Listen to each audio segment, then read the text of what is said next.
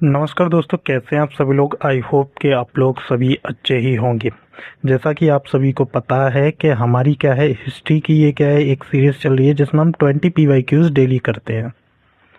ठीक है ना। डेली, देख लो स्पेलिंग भी मैं गलत लिख रहा हूँ, डेली की डेली करते हैं। ठीक है, तो ध्यान रखिएगा, इसमें हमारा जो टारगेट है वो CGL, CPO, CHSL, MTS और CHSL में जो सवाल मतलब क्वेश्चंस पूछे गए हैं, यानी कि लैंग्वेज को इधर उधर करके पूछे गए हैं, उन सारे के सारे क्वेश्चंस को प्रैक्टिस करना। कहने का मतलब ये है कि एक क्वेश्चन को कैसे घुमा घुमा करके ये लोग पूछ सकते हैं, उस बारे में हम लोग इसमें चर्चा करेंगे। ठीक है, ध्यान रखिएगा। और इस क्लास को कोई भी जिस जहाँ पर आपकी हिस्ट्री पूछी जाती है उसके लिए ये बहुत ज़्यादा बेनिफिशियल रहेगी। आप ले लीजिए क्लास को और देख लीजिए। और रोज़ 8 बजे क्या है, हमारी ये वीडियो अपलोड हो जाती है, तो आप लोग हमारे चैनल को सब्सक्राइब कर लीजिए और इस पर जा कर के ये वीडियोस को देखना स्टार्ट करिए। बहुत जल्दी ये सीरीज़ भी ख़त्म हो जाएगी, तो इसके बाद में हमारी पॉलिटी की सीरीज़ स्टार्ट हो जाएगी। सेम पैटर्न रहेगा, सेम तरीके से हम लोग पॉलिटी के क्वेश्चंस करेंगे। फिर उसके बाद में हम लोग और भी सब्जेक्ट्स हैं उनके सारे के सारे क्वेश्चंस को हम लोग इसमें कवर अप करेंगे। या फिर हम थोड़े टाइम बाद में एक क्या कर लेंगे कि एक साथ में 2 सब्जेक्ट की भी लगा देंगे। जैसे जैसे टाइम मिलता जाएगा हम लोग वैसे वैसे करते रहेंगे, क्योंकि भाई मैं भी एक स्कूल में पढ़ाता हूँ तो मुझे भी वहाँ का वर्क देखना होता है। चलिए, तो अब हम चलते हैं सीधे क्वेश्चन की तरफ। देखिए, क्वेश्चन नंबर फर्स्ट है, which famous person of India's क्या है, मालविकनात्रम and is also called the Shakespeare of India. Malavikagnimitram, पता नहीं कितना कठिन सवाल कठिन है ये। ठीक है, ध्यान रखिएगा। भारत का ऐसा कौन सा प्रसिद्ध व्यक्ति है जिसको ये लिखी थी, मतलब ये कि ये किताब है माल विकाग्नि मित्रम। ठीक है, लिखी है उन्होंने, भारत के शेक्सपियर भी कहा जाता है। पहली बात तो ये। अब ध्यान रखिएगा, ये जो क्वेश्चंस है आपके प्राचीन इतिहास मतलब प्राचीन साहित्य और साहित्यकारों से रिलेटेड है। मतलब बाकी के जो क्वेश्चंस हम लोगों ने किए थे, जो मंदिर वाला था वो पिछली क्लास में ख़त्म हो चुका है। यहाँ से हमारा जो है साहित्यकार और साहित्य स्टार्ट हो जाता है। ठीक है ना। मालविकाग्नि मित्रम के बारे में पूछ रहा है, तो इसमें पहला है भारवी, दूसरा है कालिदास, तीसरा है व्यास और चौथा है हर्ष। इसमें से आपका सही आंसर कौन सा होगा? तो ध्यान रखिएगा, C B is the right answer, C नहीं V is the right answer. ये जो कालिदास हैं यही इनका सही आंसर होगा, कालिदास। ठीक है, अब ध्यान रखिएगा, कालिदास जो थे क्या थे, महान कवि थे। ठीक है, वो एक महान कवि थे, एक नाटककार भी थे। क्या थे? एक महान कवि थे और एक नाटककार भी थे। इन्होंने बहुत सारी पुस्तकें लिखी थी। जैसे देखिए, एक अभिज्ञान शकुंतलम, ठीक है, ब्रको विक्रमो शीर्षम करके कुछ है, ऐसे करके एक और है। और एक ये तुम्हारे है, ये रघुवंशम इन्होंने ही लिखी थी, कुमार संभवम भी इन्होंने ही लिखी थी। मेघदूत बहुत ही ज़्यादा फेमस है भैया, मेघदूत के बारे में आप लोगों ने पढ़ा होगा, मेघदूत भी इन्होंने ही लिखी थी। ठीक है, और इन्हें ही क्या है, भारत का शेक्सपियर के नाम से भी जाना जाता है। ठीक है, चलिए नेक्स्ट क्वेश्चन की ओर चलते हैं। क्वेश्चन नंबर 2 है, मेघदूत के लेखक कौन थे? अभी थोड़ी देर पहले ही मैंने बताया था, Kalidas is the right answer, C is the right answer. चलिए नेक्स्ट, थर्ड वाला है, मालविका मित्रम मतलब ऑथर कौन है इसके लिए? तो बी वाला कालिदास, अभी थोड़ी देर पहले ही बताया है, कालिदास ही इनका सही आंसर रहेगा। ठीक है, ध्यान रखिएगा। अच्छा, इसमें जो ये जो है मालविका मित्रम जो है, ये जो है किस भाषा में था? ध्यान रखिएगा, संस्कृत भाषा में ये लिखा हुआ था। ठीक है ना, कौन सी भाषा में लिखा हुआ है? संस्कृत भाषा में। अगर वो पूछ ले कि ये है क्या, ये भैया आपका कविता है कि नाटक है या साहित्य है, मतलब साहेब वो गद्यांश और पद्यांश वाला सिस्टम है ना, वही वाली पूछ रहा हूँ। तो यहाँ ध्यान रखिएगा, ये एक नाटक है। क्या है? नाटक है। ठीक है, चलिए नेक्स्ट। अभिज्ञान शकुंतलम एक है, ड्रामा है, उपन्यास है, कविता है, कहानी। हाँ, ये जो चीजें दे रखी है ना, वही चीज पीछे से पूछ सकता है कोई भी। जो पीछे ये वाले जो क्वेश्चन बोला था हम लोगों ने, ये वाले जो क्वेश्चन बोला था, इसमें भी। ठीक है, ध्यान रखिएगा। तो ड्रामा है, उपन्यास है, कविता है, कहानी है, इसमें से आपका सही आंसर कौन सा होगा? तो ध्यान रखिएगा, जो अभिज्ञान शाकुंतलम है वो क्या है? आपका नाटक है। क्या है? नाटक या ड्रामा, जिसको हम बोलते हैं ए इज द राइट आंसर। ध्यान रखिएगा। ठीक है, इसमें शकुंतला और आपके दुष्यंत, जो राजा दुष्यंत थे और शकुंतला थे, इनके बारे में चर्चित है। ध्यान रखिएगा, उनके मिलन विलन के बारे में कुछ दे रखा हुआ है। ठीक है, ध्यान रखिएगा। चलिए नेक्स्ट क्वेश्चन की ओर चलते हैं। क्वेश्चन नंबर 5 है, which of the following is not working for of Kalidasa? निम्नलिखित में से कौन सी कालिदास की कृति नहीं है? वर्क ऑफ कालिदास कृति नहीं है। ठीक है ना? मेघदूत, कामसूत्र, विक्रमो वर्षी और कुमार संभव। देखिए, मेघदूत है आपकी, विक्रम वर्षी अभी मैंने बोला था क्या, मेघदूत तो है, और कुमार संभव भी है। आपका कामसूत्र नहीं बताया मैंने। ठीक है, तो इन दोनों में आप लोगों को ध्यान रखें, ये दोनों तो हमें क्लियरली पता है। अगर हम दोनों में से क्या करें, अगर बी और सी में से तुक्का भी लगाएं तो 50-50% का चांस रहता है, लेकिन ऐसा नहीं करना है, आपको याद रखना है। ठीक है, ध्यान रखिएगा। ठीक, ध्यान रखिएगा। कामसूत्र जो है आपके किसी दूसरे महर्षि की थी, महर्षि वात्सल्य नाम से एक व्यक्ति था, उन्होंने ही इस कामसूत्र को लिखा था। ठीक है, इस बात को ध्यान रखिएगा। तो बी जो रहेगा, यही आपका आंसर रहेगा।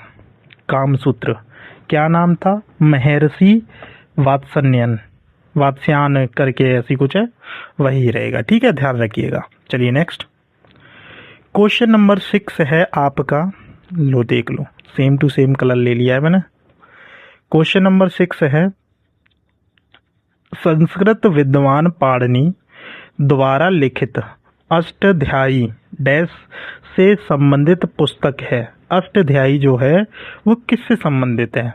Ashtadhyayi written was the Sanskrit scholar Panini is a book related to, किसके द्वारा, मतलब अर्थशास्त्र इकोनॉमी से रिलेटेड है, लॉ विधि से रिलेटेड है, व्याकरण ग्रामर से, औषधि मतलब मेडिसिन से रिलेटेड है। तो इसमें आपका सही आंसर कौन सा होगा? तो ध्यान रखिएगा, जो अष्टाध्यायी है इसमें क्या है, सारे के सारे ग्रामर पोर्शन को दिया हुआ है। ठीक है ना? इसमें ग्रामर आपकी आती है, व्याकरण से रिलेटेड है। ठीक है, चलिए। अच्छा, अब लेखक का तो नाम बता ही दिया है उन्होंने, पाणिनि। ठीक है, ध्यान रखिएगा। चलिए नेक्स्ट। क्वेश्चन नंबर 7 है, उस कवि का नाम बताए जिसने पृथ्वीराज रासो नामक एक कविता लिखी थी, जिसमें पृथ्वीराज चौहान के जीवन का वर्णन है।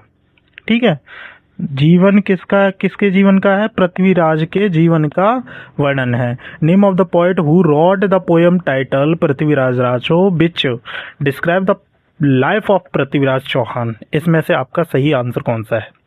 देखिए, वीर सरोजा, चंद्रदाई, मिर्जा उम्मेद और लास्ट है आपका नूर फतेह। इसमें से आपका कौन सा सही आंसर होगा? सभी को पता है, ये वाला क्वेश्चन हम लोग पहले भी कर चुके हैं, जब हमने हिस्ट्री के जब पृथ्वीराज चौहान वाला जो पोर्शन आया था, तो उसमें हमने बताया था कि कौन सा है। ठीक है, तो ध्यान रखिएगा, बी आंसर आपका सही होगा। चंद्रदाई इज द राइट आंसर। ठीक है, ध्यान रखिएगा। और ये क्या थे, जो पृथ्वीराज चौहान है उनके क्या थे, ये भाई दरबारी कवि थे। क्या थे? दरबारी कवि थे। ठीक, चलिए नेक्स्ट। क्वेश्चन नंबर 8 है, हर्ष चरित्र is biography of Harshvardhan the ruler of Kannauj which was the composed in Sanskrit in the court poet. ठीक है ना। अब कह रहा है हर्ष चरित्र कन्नौज के शासक हर्षवर्धन की जीवनी है जो उनके दरबारी कवि डैश के द्वारा लिखी थी गई थी। किसके द्वारा लिखी गई थी उसने पूछा है, बस कहने का मतलब ये है। कंबन, जिनसेन, बाणभट्ट, दंडिन, इसमें से आपका सही आंसर कौन सा होगा? तो ध्यान रखिएगा Banabhatta is the right answer. Banabhatta जो थे उन्होंने ही इसके बारे में लिखा था। किसके बारे में? हर्ष चरित्र के बारे में लिखा था। मतलब जो हर्षवर्धन थे उनकी बायोग्राफी किसने लिखी थी? बाणभट्ट ने लिखी थी। चलिए next question number 9, who is the author of the book Rajatarangini? Rajatarangini के लेखक कौन है भैया? कालिदास है, सोमदेव है, कलहड़ है, बाणभट्ट है। इसमें से आपका सही आंसर कौन सा होगा? तो ध्यान रखिएगा सी इज द राइट आंसर है कलहड़। कलहड़ जो है इसका सही आंसर हो जाएगा। ठीक है।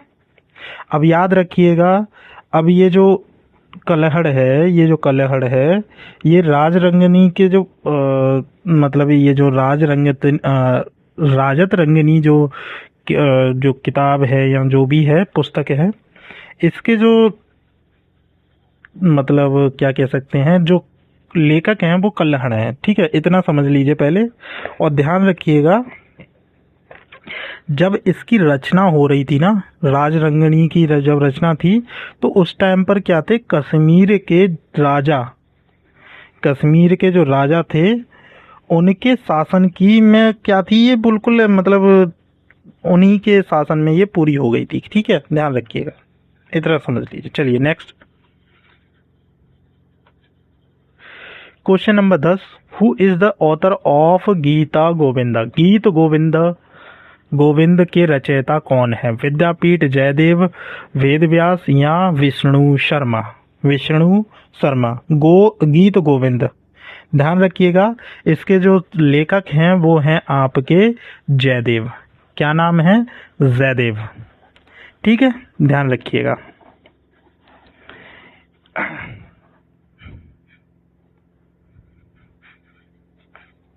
ठीक, ध्यान रखिएगा। चलिए इनके बारे में कुछ और भी बता देता हूं। जो जयदेव थे वो क्या थे, आपके जो शासक थे नाम था लक्ष्मण सेन।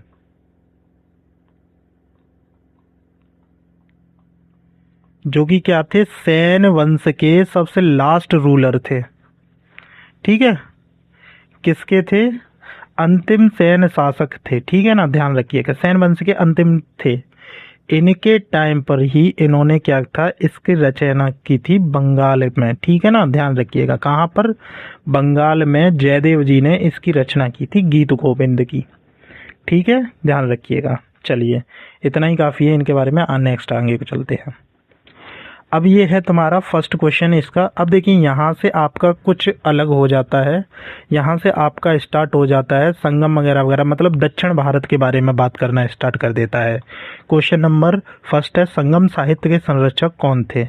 जो संगम साहित्य था उसके संरक्षक कौन थे? Who were the patrons of the Sangam literature? मतलब उसके संरक्षक कौन थे? ठीक है ना, नायक, चंडेल, पांड्य या सोलंकी? इसमें से आपका सही आंसर कौन सा होगा? तो ध्यान रखिएगा जो पांड्य थे वही क्या थे, इसके संरक्षक थे। ठीक है, क्या थे? संरक्षक थे। मतलब सीधी सी बात है, जो दक्षिण राज्य मतलब जो दक्षिण भारत था उसमें क्या थे, पांड्य वंशों का ज़्यादा दबदबा था। कहने का मतलब ये है पांड्य वंश ही पूरे टाइम पर, चोलाओं के बाद में उनका ही तो शासन रहा था। चलिए नेक्स्ट क्वेश्चन नंबर 2 है,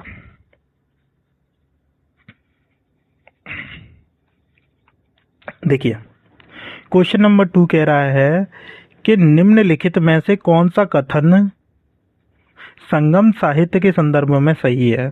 इन ग्रंथों में कवियों के सम्मेलन में रचा या संकलित किया जाता था। मतलब इन ग्रंथों को कवियों के सम्मेलनों में रचा या संकलित किया जाता था। ठीक है। दूसरा है इसका कि संगम साहित्य को मुदैर शहर में आयोजित किए गए कवियों के सम्मेलन में संकलित किया गया था। मतलब संगम साहित्य को मुदैर शहर के आयोजित किए गए कवियों के सम्मेलन में संकलित किया जाता था। इसमें से आपका आंसर कौन सा होगा?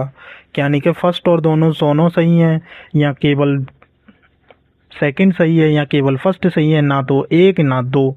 मतलब इनमें जो लिखा हुआ है ये भैया सही है या नहीं सही है, इसके बारे में पूछ रहा है।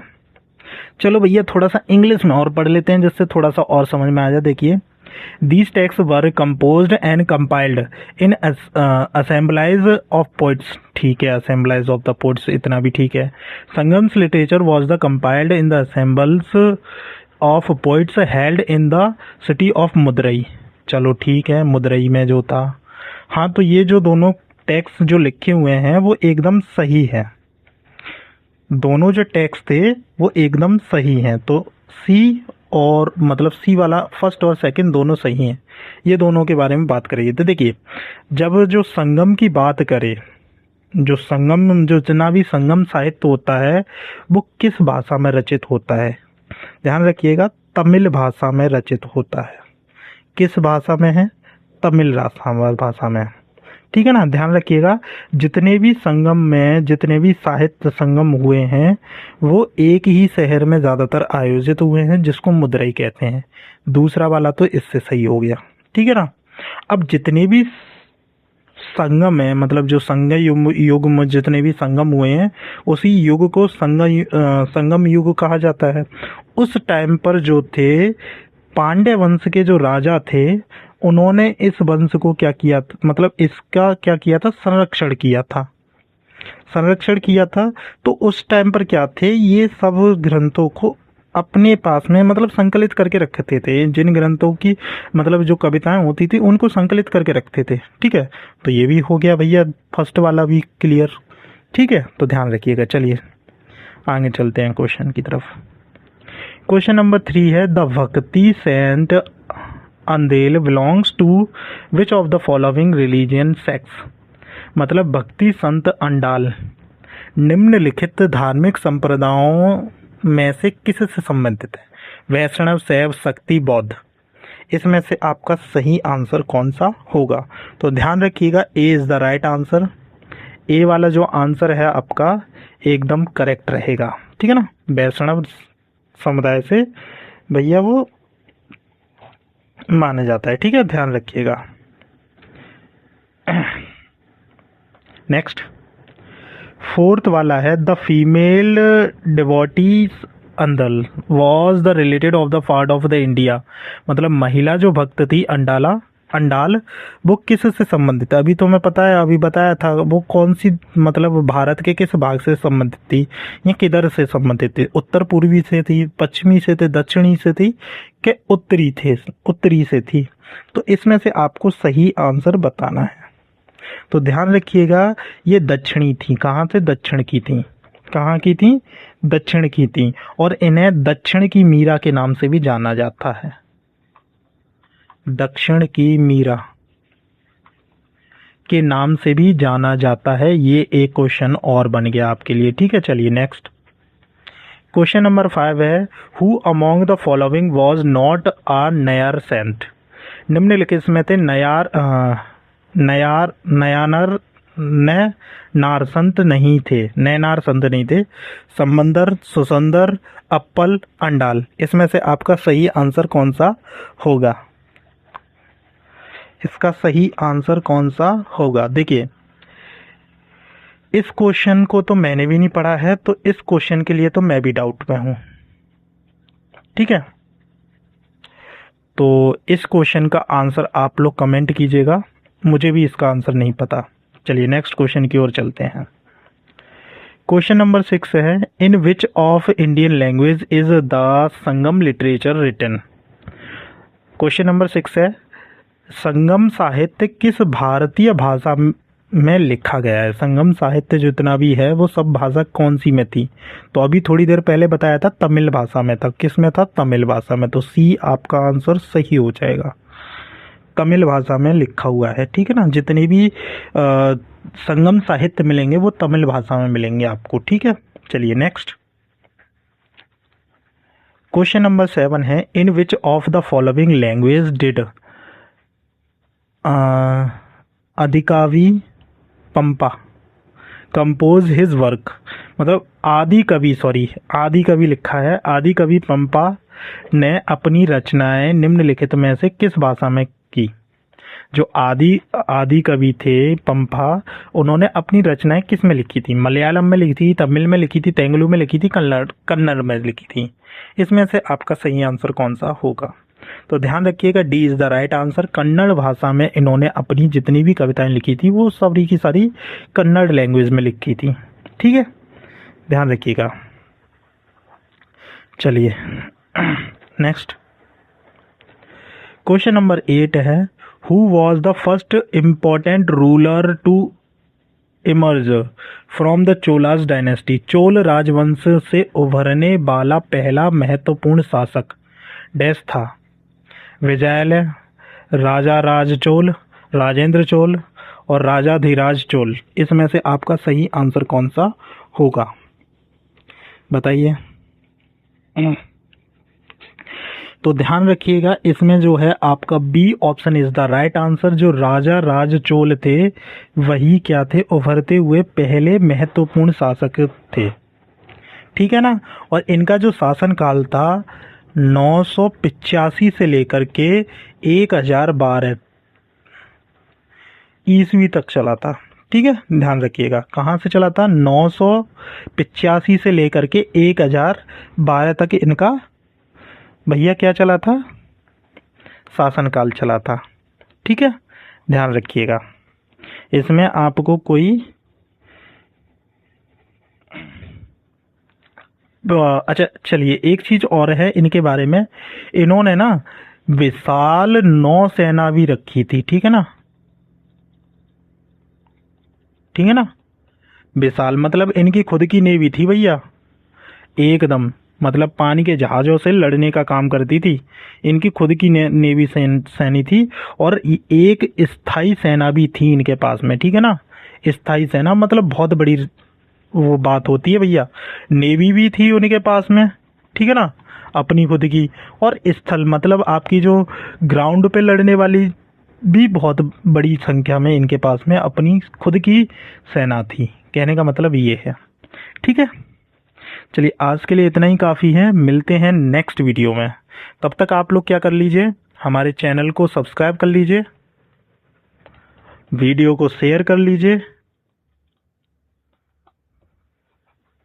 और अपने दोस्तों को भी बता दीजिए, जिससे कि थोड़ा सा हमारा सपोर्ट हो जाए और आपको पढ़ने के लिए मिल जाए, ठीक है। मिलते हैं नेक्स्ट वीडियो में, तब तक आप पढ़ते रहिए, सुरक्षित रहिए और एकदम अच्छे से पढ़ते रहिए, ठीक है। मिलते हैं भाई।